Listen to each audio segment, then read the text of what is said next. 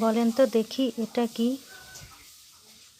ধনী গরিব সবাই পছন্দ করে, কিন্তু আমরা মধ্যবিত্তরা লজ্জায় বলতে চাই না।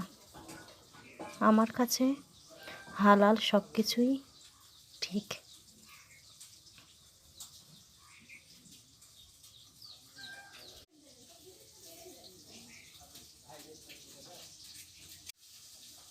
আর এই রেসিপিতে অবশ্যই গরম মশলা বেটে দিতে হবে। আদা রসুন বাটা, ঝাল, হলুদ, লবণ সব কিছুই এই মাংসগুলো পরিষ্কার করে গিলা পাটা সুন্দর করে ধুয়ে নিয়ে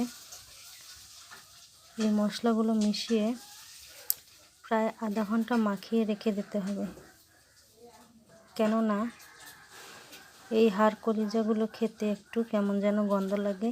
এই মশলাগুলো আগে মেখে রেখে দিলে ভিতরে যায়, তখন তেমন আর গন্ধ লাগে না।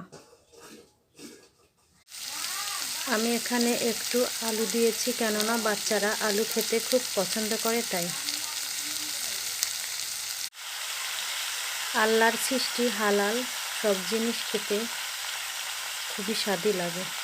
যেমন এই হাঁস মুরগির হাত পা গিলা ইত্যাদি। আমার কথা, এগুলো কেন খাওয়া যাবে না?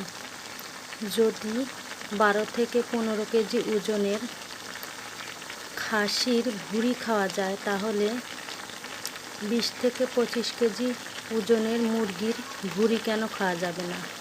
হালাল হলেই হলো। আল্লাহ তাআলা তো নিষেধ করেন না। তবে যাই বলেন, হালাল হলে আমার কোনো কিছুই খেতে সমস্যা নেই, শুধু রুচি আর অরুচির ব্যাপার। এখানে পানি দিয়েছি, সুন্দর করে পানিগুলো শুকিয়ে নেব। অবশ্যই এগুলো কিন্তু ঝোল রাখা যাবে না, একদম ভাজা ভাজা বানাতে হবে।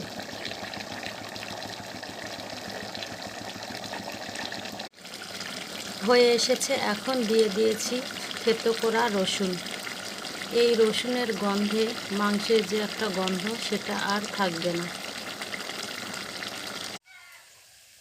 এখন অনবরত নেড়েচেড়ে লাল করে ভেজে নিতে হবে।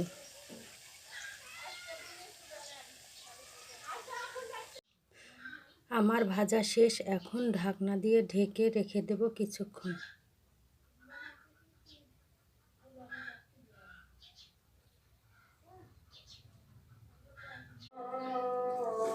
এই যে দেখুন আমার শেষের লুক, কত সুন্দর লোভনীয় লাগতেছে। ভালো লাগলে এভাবে একদিন রান্না করে দেখুন, নয়তোবা আমাদের বাড়িতে আপনাদের সবার দাওয়াত রইল। আল্লাহ হাফেজ।